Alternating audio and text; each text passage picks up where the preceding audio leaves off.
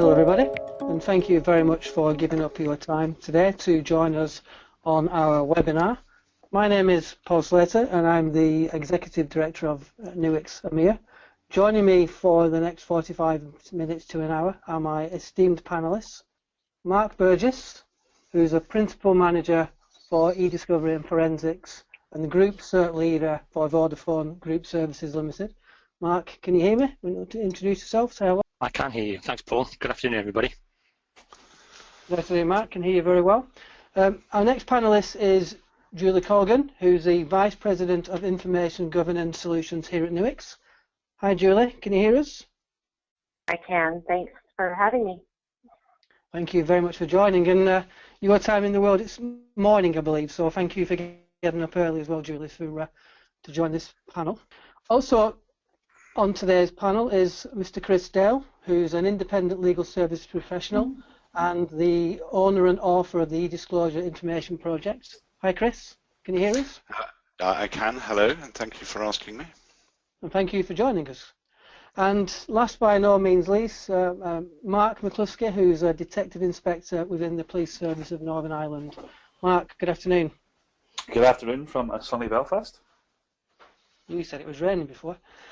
Thank you everybody else for joining us on our panel today, and we will spend the next sort of 45 minutes going through some questions and obviously hopefully open some lively debate. The real kind of topic for today is going to be around the General Data Protection Regulation, which last month was passed by the European Parliament when the final vote was signed off. Just to kind of put a bit of context really around this, the whole point of this is to update existing legislation to make it more relevant to modern technology. And whilst many of the new laws won't be enforced for a couple of years, this is still a relatively short period of time considering the amount of businesses will need to get to grips with, especially understanding the new requirements, evaluating their existing security measures, and navigating the path to full compliance in that time. One of the things we're going to talk about today really is one of the things that falls out of this, which is around the 72-hour breach notification timeline, which has been introduced in this new regulation, which means that agencies, businesses, etc., will effectively now have to play an increasing part to keep information secure, responding quickly to when they have a data breach, and obviously answering the requirements of legislation that may arise as part of such a breach. So we've been hearing about this for quite a few years now. It's finally arrived and it's going to be with us in a couple of years now. And the shape of the EU's future data protection framework is now clear. The finishing line is in sight and preparations are implemented is already underway. Chris, would you be able to give a little bit of background to the Act? And in your opinion, do you think it's worth the wait? Well, as a private citizen, I say yes, it's great. Bring it on. I'm not so sure I'd be so keen if I was responsible for implementing it or for regulating it or enforcing it. 2 years is not a very long time. Against that, a lot of what is in there, a lot of what is in the GDPR are things that good companies will be doing anyway, as a matter of good business practice. Some detail perhaps. It takes effect on the 25th of May 2018. It's a regulation and not a directive, unlike the present regime, so that's imposed as it stands on everybody, and should bring uniformity of compliance. You shouldn't have to trot around 28 different data protection authorities. The headline, whether that's how it works out, we'll have to see, but that's the theory anyway. The headline that attracts attention, as you've said, Paul, is heavy penalties, up to 4% of annual worldwide turnover. Whether that will actually prove the biggest risk for everybody remains to be seen. It makes a good headline anyway. It's international in scope. It's not just for the EU.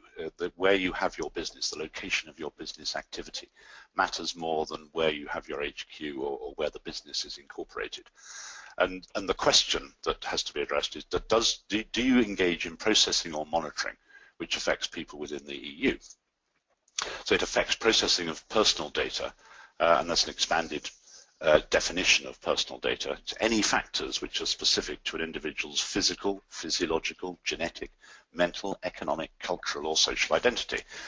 A pretty broad list. The data subject is somebody who's an identified natural person who can be identified directly or indirectly, and that or indirectly bit matters here. It's not just a single piece of data that matters.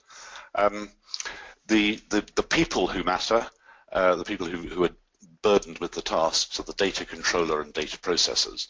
The data controller is whoever is in charge of the purposes of the collection, the conditions, and the means of processing it. And the data processor deals with the processing on behalf of the data controller. Citizens get new rights. There's a right of portability, which is the right to move data from one provider to another, and the right of erasure, which is a better name for it than the right to be forgotten. All of which is good stuff, as I say, wearing my private citizen's hat. And we're already seeing that in the news already, aren't we? Because people like Google are already finding themselves under increasing pressure to comply with that particular regulation. Indeed, and what we hope we will get, although Google doesn't necessarily hope in the same way, is a uniform standard across the whole of the EU. We'll have a right to object to the processing. We'll have a right to object to the outcome of automated processing, except where there's explicit consent. And unless there's any doubt about what consent is, it's got to be freely given, specific, informed, and unambiguous, which is a much tighter test than we have at the moment. As you've said, Paul, data breach notifications are an important component in this. A personal data breach, and I'll read the definition, is a breach of security leading to the accidental or unlawful destruction, loss, alteration, unauthorized disclosure of, or access to personal data transmitted, stored, or otherwise processed. That's a very much broader test than they have for parallel legislation in the US. If you're the subject of a breach, you must notify the appropriate authority, and again I'll read the definition, without undue delay and, where feasible, not later than 72 hours after having become aware of it, unless there's a reasoned justification for the delay. And that's a pretty tight task. 72 hours is no time at all. Yeah, exactly. I mean, that's an interesting thing, though. I mean, how do we define 72 hours? I mean, is it clear from your understanding of the legislation, Chris, what that 72-hour period looks like? It looks like a very short time. The get-out words are the reasoned justification for the delay, and perhaps I think one of the others will come on in a minute to the circumstances in which one can say there is a reasoned justification. So quite apart from anything else, it's a pretty good idea to be well prepared in advance. I think it goes beyond what we're trying to talk about today, but what are you going to do in that 72 hours? What help do you need? What parties do you need to get involved in order to comply with that? What a reasoned justification for a longer time will prove to be. We'll have to wait and see. But it's a carefully worded sort of semi-get-out wording, I think, that allows more than 72 hours to pass. But it would be a good idea to think in terms of doing whatever you have to do in 72 hours. That includes notifying the data subject. I don't think you have to do that within 72 hours, but you have to notify the data subject if the breach is likely to result in a high risk to their rights and freedoms. That last bit, that whole data breach notification area, is likely to be the biggest source, I think, of difficulty for companies when the legislation comes into effect, which is why we focus today's talk on the 72 hours. And one of the things I've read is around this effective two-tier sanction regime, whereby breaches of some provisions by businesses which the lawmakers deem to be most important for data protection will lead to the more significant fines, whereas lesser breaches, if I can call them such, will obviously have a lesser fine, and the numbers that have been thrown around are 20 million euros or 4% of global turnover. I mean, that's a pretty significant amount of money, especially if if you are going to be the first to the wall when this legislation comes in. Who's going to make an example of you as a business? I mean, if I can ask Mark Burgess, from a business perspective, is that something that your organisation is already thinking about? It is. Obviously, being part and parcel of things like this, it's in the forefront of our minds, and we're looking to align ourselves with the requirements of the Act so that we can best respond as and when this becomes an issue. So, yeah, definitely, it's something that's at the foremost of our minds. And have you, as an organisation, have you given much thought yet as to some of the key things you need to do in order to be compliant for that? Because obviously that's a big number, and if you find yourself foul of the regulator and needing to report this, then obviously you need to make sure that you have taken all the necessary steps. Is that something that, as a business, you're already looking to do now, or is it something that's going to, is it in a time frame, maybe 6-12 months down the future, you're going to look at doing that? I think Chris was right when he said that when it comes down to general business practice, a lot of organisations will already have procedures in place to protect the sort of data that we're talking about. I think that the main bit for me is the time in which to respond, the 72 hours, and the potential fines that fall out of this should you not respond in the correct manner. And those two things are the main thrust of what we're looking at the moment, and how we can potentially respond in that time frame to reduce any potential fines that could come out of this. Okay. Julie, do you have an observation on this? Yeah, I think it's interesting that Mark just shared that he feels like he was more concerned about the response time frame than perhaps the governance practices leading up to that.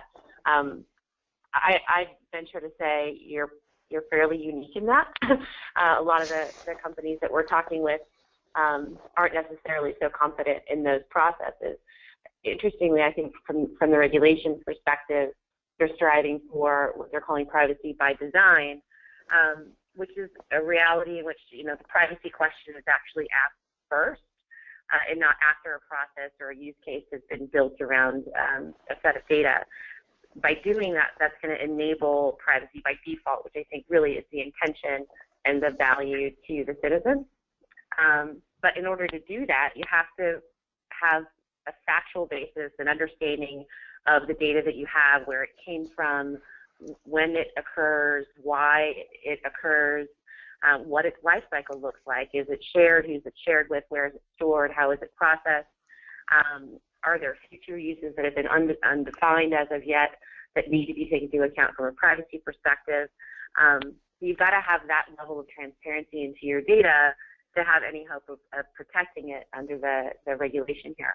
I think that's a great place to start, for those organizations who are really, they don't know where to start, is to start to get a handle on what really do we have, and perhaps focusing on the high-risk operations in your organization. You're going to know from the business that you're in where those parts of your business are more likely to present challenges, such as using third-party processors, cloud applications.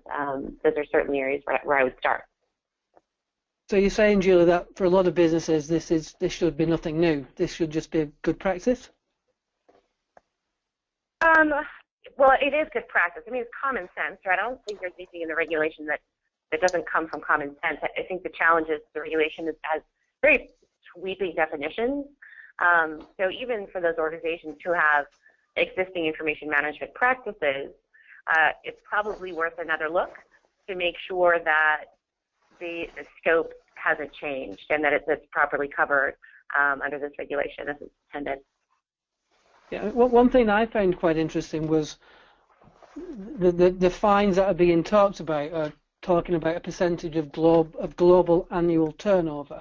I just wonder, is that definition of global going to change how businesses are structured as they move forward? So, for example, do you think we will see more businesses splitting up into individual separate legal entities, for example, that would somehow negate them being drawn into a larger fine? Chris, do you have any comments on that? Well, that's an interesting one, because that's going to either conflict with or lie in parallel with what companies are likely to be doing for tax reasons. The present, there's a lot of outcry at the moment about companies who are structured in such a way that no one part is notionally responsible for the taxes of another, and allowing them to pass income between themselves and so on. How that group structure marries up with the EU's idea of a global turnover remains, I think, to be seen. I think we're going to see a bigger shift than just the GDPR-induced one in how companies structure themselves. The whole Panama Papers thing, for example, this peering into how people organise their corporate affairs. I think we're going to see a lot of changes, of which the GDPR is only going to be one. Okay, thank you. And I guess the key to a lot of this is how this is going to be enforced. Mark Mccluskey, if I can ask you, obviously you sit on effectively the other side of this, really. Can you see any, I mean, are you aware of any changes within how law enforcement and government agencies are going to have to kind of step up around how this act's going to work? It's a very grey area at the moment, to be honest, Paul, because this regulation says that breaches have to be notified to the appropriate authority or the regulator, but Chris can keep me right here. As far as I can see, that isn't actually defined anywhere as to who that regulator is. So it's not necessarily going to be reported to law enforcement per se. What the regulator does thereafter, I suppose, will depend on the severity of the breach as to whether they think there's some sort of criminal element to it, and if so, then do they pass that to law enforcement? If it does go to law enforcement, yes, there will be definitely challenges there. What the expectation will be from government in the UK, I'm not really sure, because speaking quite frankly, law enforcement are fairly well absorbed so far in relation to the criminal aspect of data breaches, i.e. in relation to cyber crime, cyber hacking, extortion, malware, that type of stuff. But if they were to expand their role to start to investigate lots and lots of breaches, ranging from what could be a very minor breach to a very, very large breach, I'm really not sure how law enforcement is going to cope with that without severe investment in training. Sorry, that's a bit grey, Paul, but no. I mean, this is quite, it's new and still needs to be, I guess, worked out really. And what you typically find in this, from my own experience, is that there will be somebody who finds themselves effectively becoming a stated case as to how these things should or shouldn't work. I guess the bigger question though is around the definition of a breach, maybe, because does that definition effectively mean that there will be certain types of breach that can be investigated internally, and at what point do those breaches become a criminal offence, and at that point what do we do next? I mean, is that something you've considered, Mark?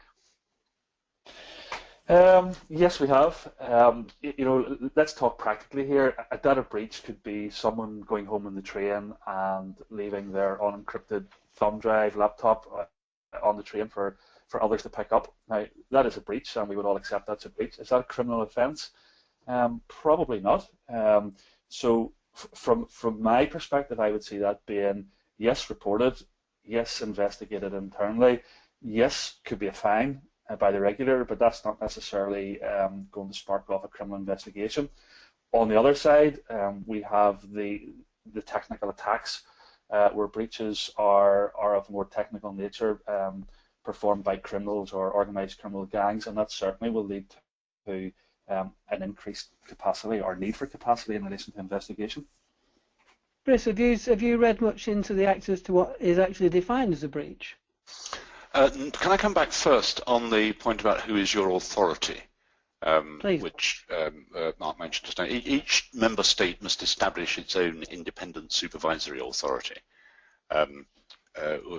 Most states, all European states, have the equivalent now anyway. So that is the supervisory authority for the purposes of giving notice. A breach, well, I read a definition just now, a very broad definition of what constitutes a breach. Breach of security, accidental or unlawful destruction, loss, alteration, unauthorized disclosure of or access to personal data. The thumb drive left on the train, which Mark's just referred to, would be a breach by that definition. Clearly, they have in mind much wider ones, but I think we can foresee that the EU, the authorities, will not just focus on the very big ones. They'll want to inculcate a whole new attitude to looking after data. Over here, for example, we often see local authorities or health authorities, for example, being attacked. Public bodies who have, in some way or another, let data out into the wild. They've sold a computer with data still on it, or left a laptop in the cab, or something like that. All of which, as I see it, is covered by this. It's not just the big breaches through hacking or internal theft or whatever. It's the full range. Okay, thank you for that clarification. And did you want to answer the second point then, Chris? What was the second point? Mark, do you want to just remind us of your second point? Could you remind me, Paul? If none of us can remember it, I suspect we could probably move on to the next one. Yes. So again, reading my own interpretation, that is, there's going to be an obligation for the data controller to document each incident within an internal breach register. And I think as part of that, they need to record the facts surrounding the breach, its effects, and the remedial action taken. So I would guess if I read that correctly, that for every breach that is identified, some record of it needs to be captured and investigated. Is that everybody else's understanding of it, Julie?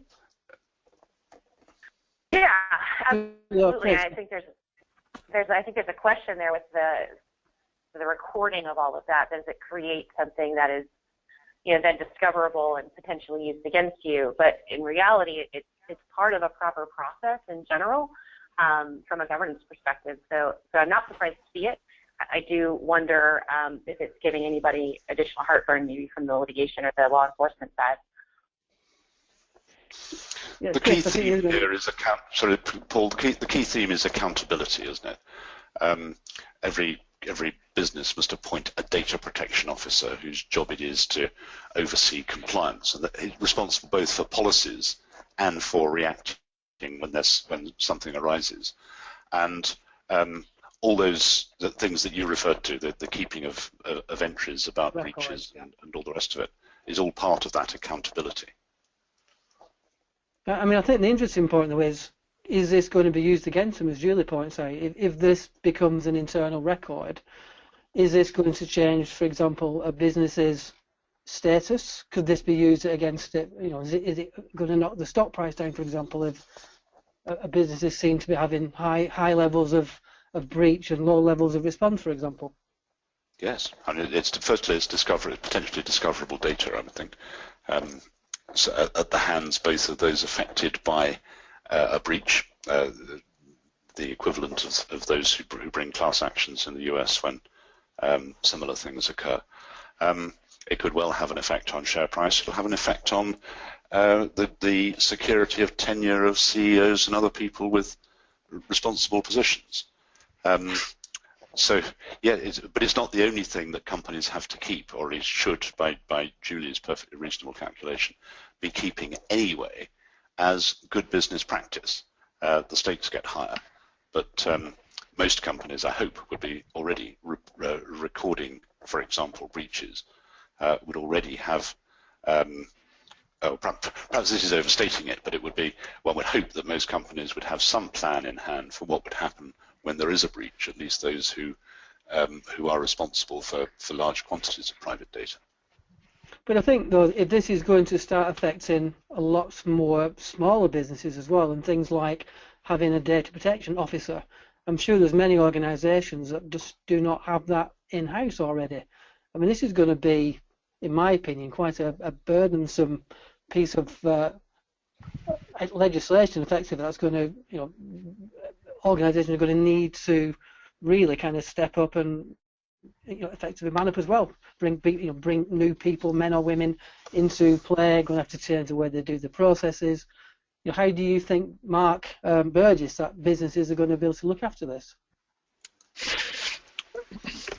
That's a real difficult one, because I think obviously with economies of scale and sizes of business, then the ability to tap into potentially specialist resource to be able to secure the business become easier.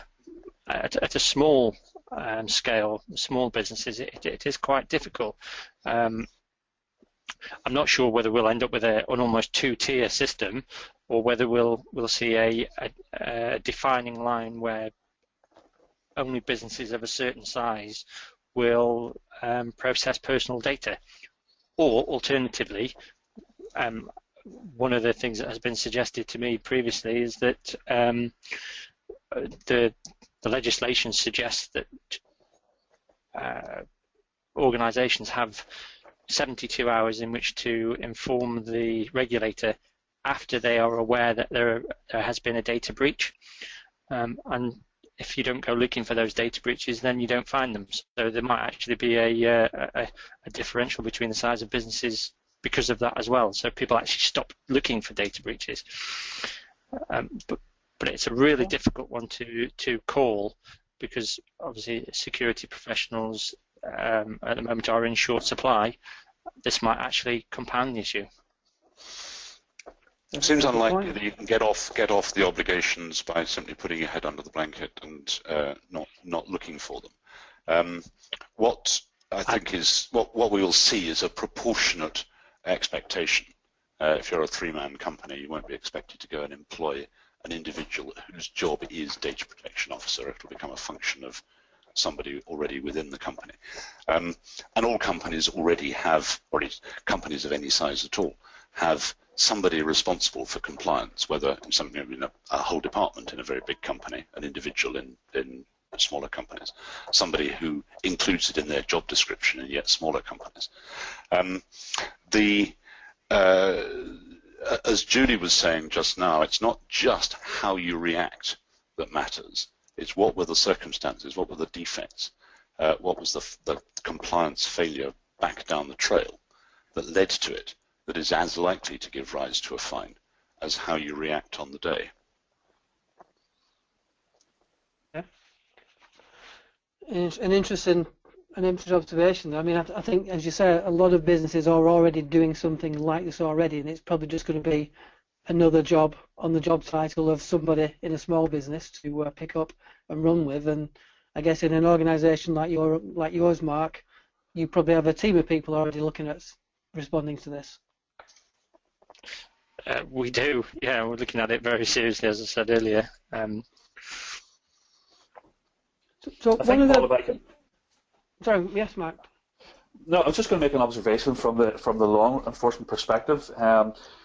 If I look back past the 12 months there, the sort of things we've been investigating, it tends to have been the small and medium-sized enterprises that have been subject to certainly more of the malicious attacks, i.e. breaches. And if you look at your typical high street where you have estate agents, bakers, dressmakers, small 1, 2, 3 man enterprises, they're not even really aware of what data they have, what data they're keeping, let alone a breach. And it really only comes to their mind if it costs them financially. So I can think of 2 or 3 cases just in the last few months where it was only reported simply because they were losing tens of thousands of pounds. And certainly the criminal and the organised criminal tend to be going, from what we see, certainly in Northern Ireland, tend to be going after those smaller, medium-sized businesses because they don't have the expertise and the likes of Mark would have and Vodafone or big corporations would have, and smaller businesses tend to be slightly more vulnerable. Yeah, I mean, there's also going to be the case, I would imagine, where some of these smaller businesses will be told by a bigger business that a breach has occurred, and maybe they are considered part of that. So I think I would agree that up until now, maybe they've kind of had that kind of under the blanket unawareness of it. But is this going to bring them and give them nowhere to hide? I mean, Chris, you kind of seem to be leaning towards the fact that everybody will have to kind of step up, and no stone will left unturned. The theoretical position must be that you'll take responsibility pro rata to your role in causing the problem, perhaps, whether you're in a big company or perhaps in a smaller company who works for a bigger company, and that's a line that's actually worth looking at here. The big companies will see potentially that the smaller companies who work for them and have access to data will be, and who might be their data processors, maybe simply people who hold data, will be their weak link. And we will start seeing, I think, a sort of trickle down of enforcement done by major contracting companies who put out work under contract. They will begin, I hope, to expect of those who work for them that they have systems in place, procedures in place, people in place to protect not just themselves, but those they work for. And again, that register could be used against them, maybe. If you're tendering for a piece of work, then that register could go against you. Indeed. Yeah, that's a great point, Chris. I mean, one of the things that concerns me in terms of enforcement and even operationally, how do you operationalize to address this regulation is the supply chain. We're an increasingly interconnected world, and really the ability to not just make a statement that we expect that you'll behave in this way and protect information appropriately. How do you really ensure that? Because the accountability is still on the organization. You can't outsource that accountability and responsibility. It's just extending your risk is all it's doing. It's not taking anything off of your plate.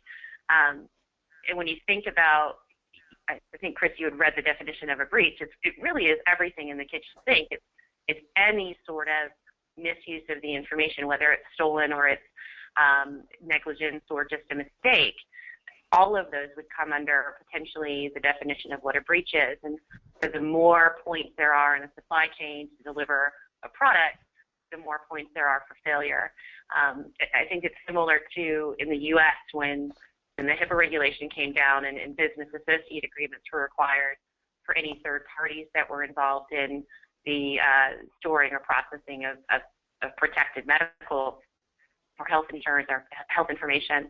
I think we'll see something similar here. But again, I just don't think that a contract is going to be enough. There's going to need to be some sort of accountability oversight that's going to have to happen, and this comes back to the discussion of who's going to do that work. Yeah. And it's not just the processors who are obviously covered specifically by the legislation. The area of weakness for small companies, not those who are undertaking processing, but those who simply hold data. I don't know, people who are given sales data, for example, in order to act as independent consultants or salesmen or whatever, who may not be employed, but are nevertheless part of the organization for that part. They've got in their hands private data. That you won't find companies giving it to them if they can't satisfy the company that they're adequately protecting the data. Yeah, if I can just kind of elaborate on that, if I may. I mean, the definition of personal data has or will become broader, bringing much more data into scope as part of this.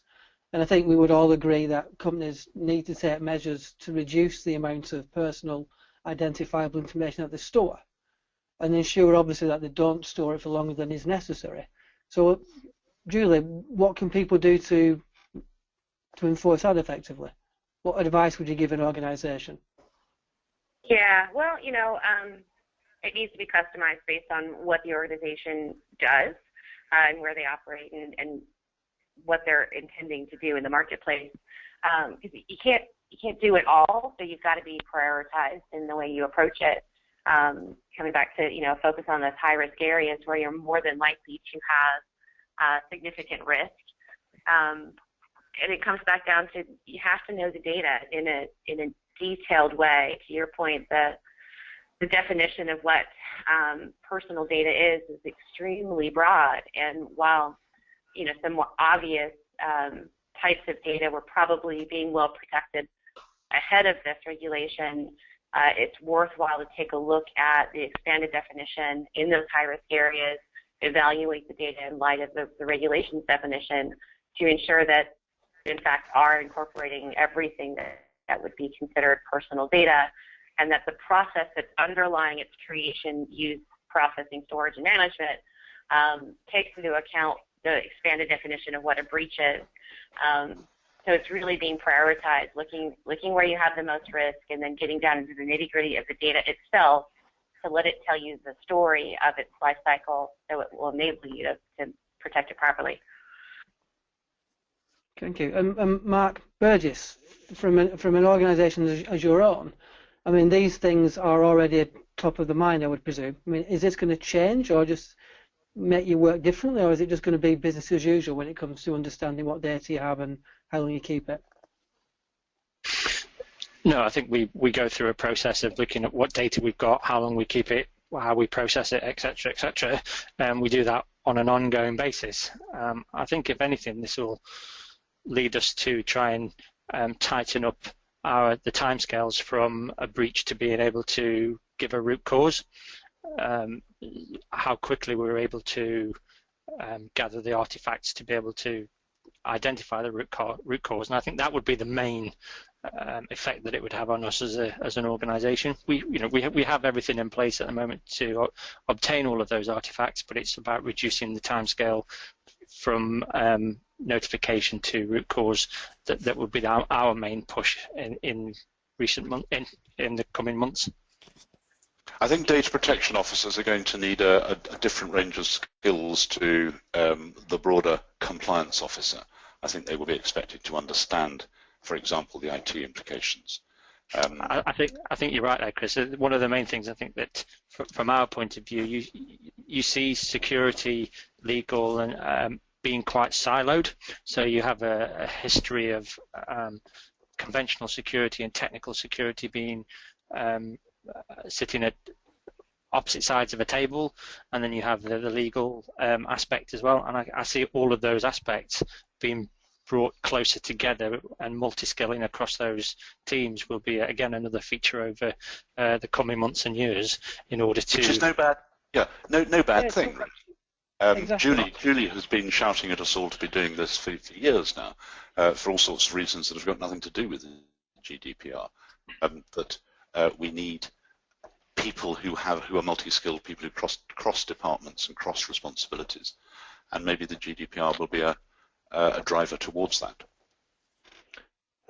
I guess the question, Chris, from a discovery perspective, I mean, obviously we talked about that things like the register will suddenly be a potentially new source of information to be drawn out should it be appropriate.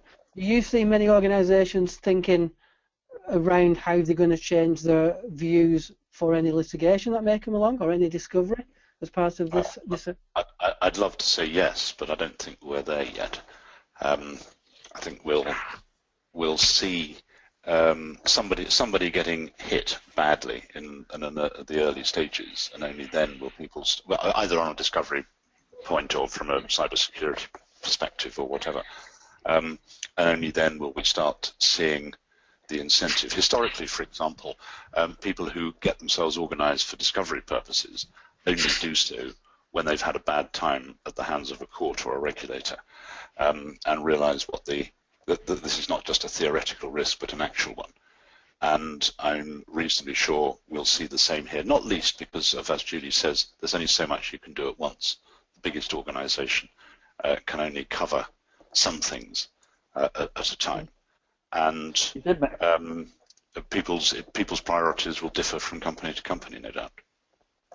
Chris, you did mention cybersecurity there, and I just wanted to sort of reassure any of the listeners today that the UK government certainly, from my knowledge, is taking cybersecurity quite serious and is investing quite a lot of money. You know, there's almost £2 billion has been set aside from government to combat cybercrime, and I'll put that in inverted commas. And as most on the panel will probably be aware, there's a new National Cyber Centre sitting under GCHQ, and that's due to start towards the end of this year. So should help give some confidence to those businesses that cybersecurity and breaches from that aspect has been taken seriously by law enforcement within the wider UK context. But Mark, do you think that this act or this legislation will change the way that they operate, or will it just fold into kind of a business as usual for law enforcement? I think certainly in the initial stage it will fall into business as usual. I think, as I said earlier, as and when reports are made to the regulator or the company themselves will have to decide how many of those are going to get passed to law enforcement. And I think then if they are passed to law enforcement, it is our responsibility to step up to the mark and to investigate those as best we can. And that is where they are applying the money in at the moment. And I think we are in a fairly good place. I never say never, but we're doing as much as we possibly can at the moment. Okay, we're kind of getting close to time, but I've just got a couple more questions I wanted to seek your opinions on. One of them is around, obviously, there's a requirement that under certain circumstances, individuals will also need to be notified of the breach. And I guess, Chris, you've kind of said that's probably going to be much more in the more serious defined breaches. Well, we have a definition, which is if the breach is likely to result in a high risk to the rights and freedoms of individuals. Okay, so I guess my question would be, how practical do you think this is to enforce, and how can businesses prepare for what is most likely going to be a massive PR disaster unless it's handled properly? Who wants to pick that one? Wargaming is the answer to that, or part of the answer to that.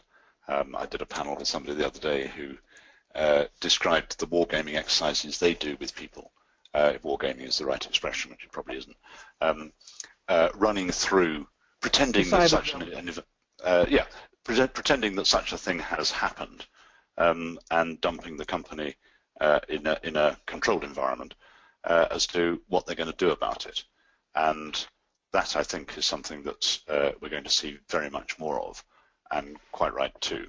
It's a jolly good way of exposing any defects in the procedures. What I would add to that, Paul, is that when I was talking earlier about conventional security and tech security being close together to legal, thrown into that mix as well would be the business security. In this aspect isn't for security, it's for the business as a whole, and they need to be included in the business, in the decisions that are made from a security aspect, and this puts it on a regulated footing. I would also agree with Chris. I would say every organisation's got to ensure that their incident response plans are in place, they're socialised and tested, and not just tested in silos within an organisation, across the board with representatives from each part of the organisation, if that is possible. Okay, Mark, again, sorry to keep the opposite side of the coin, really, but from a law enforcement perspective, what are your views on that? I say it's really difficult to know where exactly we're going to go. We will step up to the mark. We are trying to upskill frontline officers, really to make normal uniform beat Bobby type officers more aware of cybersecurity issues. Because I think as time goes on, the next 1, 2, 3 years, we are going to see more and more reports of these, and we can't just depend on specialised units being able to take that up and run and prosecute those. So it's certainly a challenge for policing, and welcome to the 21st century of policing, I think. And do you think we'll see more kind of working together? So rather than the police being effectively the law enforcers when things go wrong, do you think we'll see a state where there'll be much more cooperation between corporates and law enforcement beforehand? I think we are starting to see that, and certainly it may not be visible to the wider public, but that has been ongoing for a number of years now, and certainly big companies and law enforcement right across the UK are working closer and closer together, as well as academia.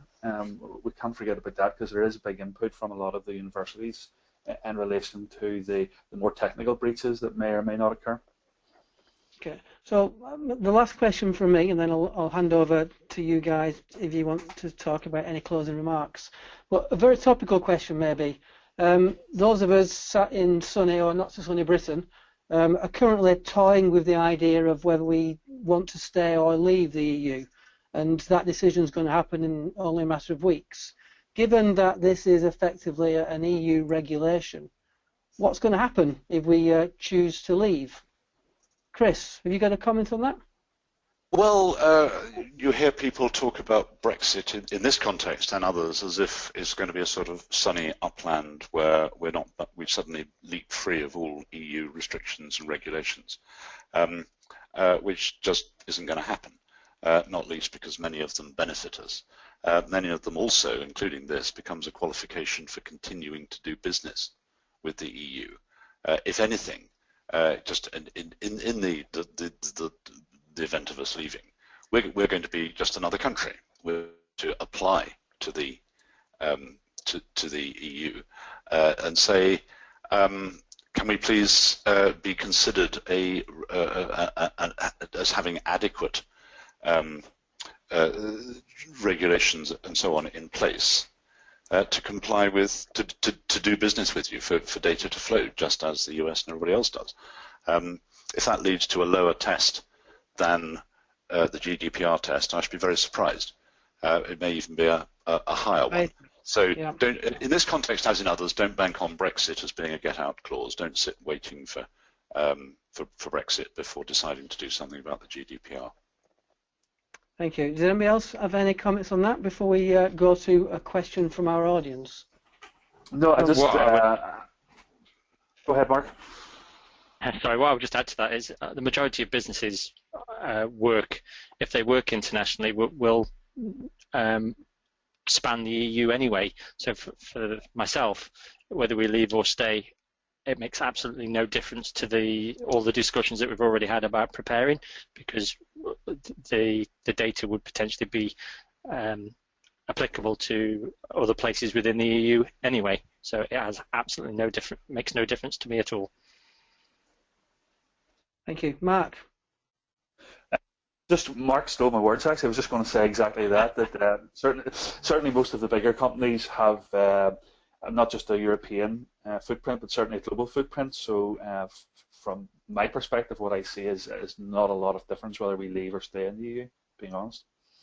Okay, and that kind of brings us nicely to a question from the audience, really, which is, if you don't have physical presence in the EU as a business, but are caught as your activities are directive or as EU residents, who would be the regulator for that? Does anybody want to have a go at that one? I imagine it'll be Julie. I imagine it'll be Julie, what do you think on that one? Oh, Chris, I think you were going to answer. All right. The test is now the location of the business activity, which I said at the beginning is going to matter more than where your headquarters are or where the business is formally incorporated. And that location will be identifiably linked to a country within the EU. So the place with which you have the closest connection, one assumes, will be the authority which has the power over you. And since in theory the same powers are going to be applicable everywhere, it shouldn't in fact make much difference. But if you ask yourself, who do I get in touch with in 70 hours, it'll be the authority in the country in which the activity has caused the problem. Okay, thank you. And Julie, I think you were trying to say something, but we're on mute. Yeah, sorry. Clearly not enough coffee this morning. Basically what Chris said, one of the great intentions of the GDPR from my perspective is that it's trying to streamline the communication process by removing the patchwork of individual countries and putting it under an umbrella. There is a practical question, though. When something does occur, who do you pick up the phone and call? And I think Chris got it right. It should be, where did the event happen, and start there. I'm going to be watching with great interest to see how this actually plays out over the next couple of years, and to see some real tests against not just the communication path, but really the enforcement and the impacts of that. We'll just see. interesting.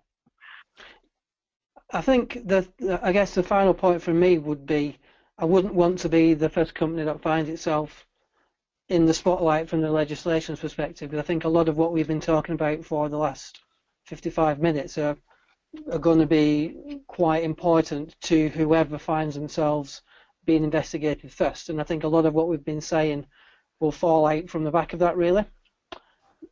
Any final comments, guys?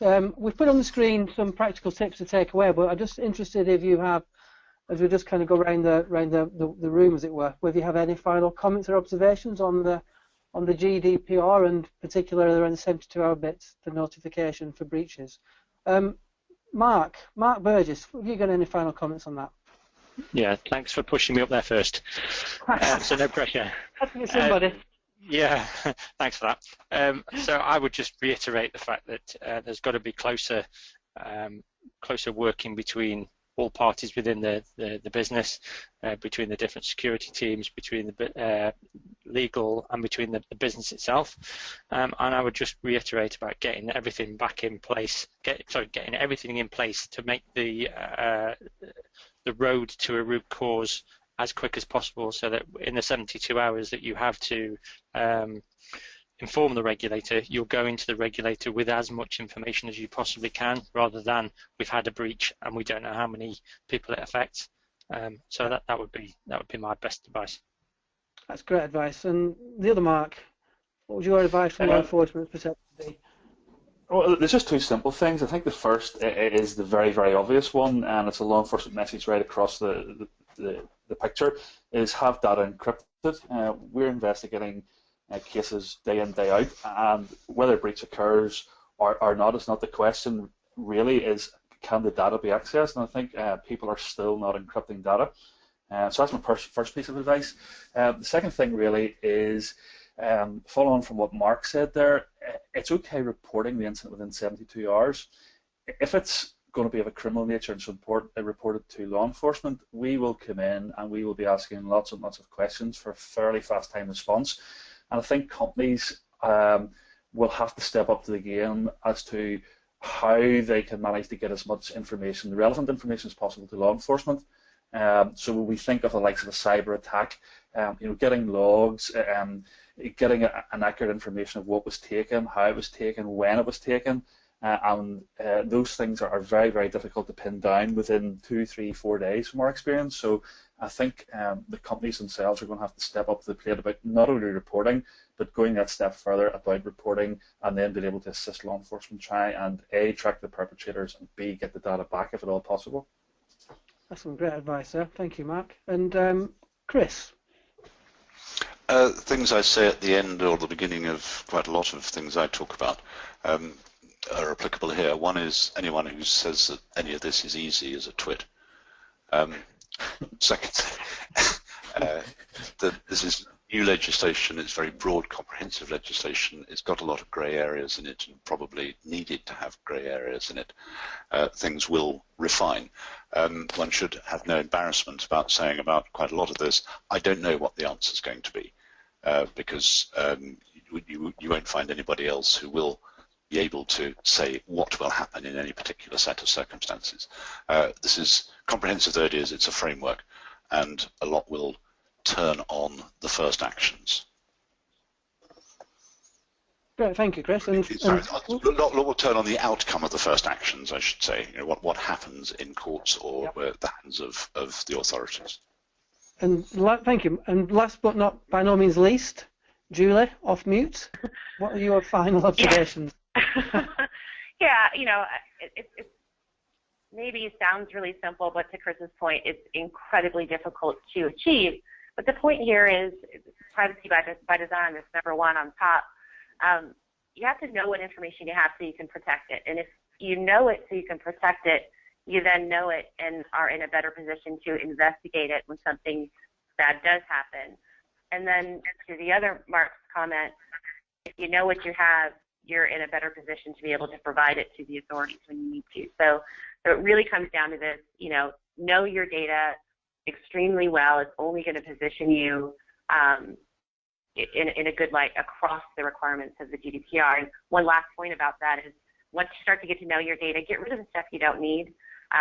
Just in case it's not a valid retention requirement, it actually will end up hurting you more often than helping you. So, so get your data cleaned up, understand it, and know it going forward. Last bit is this coordination of previously siloed activities within organizations. I do see that convergence happening. I see GDPR as potentially the fire under the feet for that to continue and to get stronger. Thank you, Julie. And as we approach the hour, I'd just like to thank you all very much for your time today, for spending an hour out of your business schedules to sit on this panel and to talk about what is going to be a very important change to the way businesses work.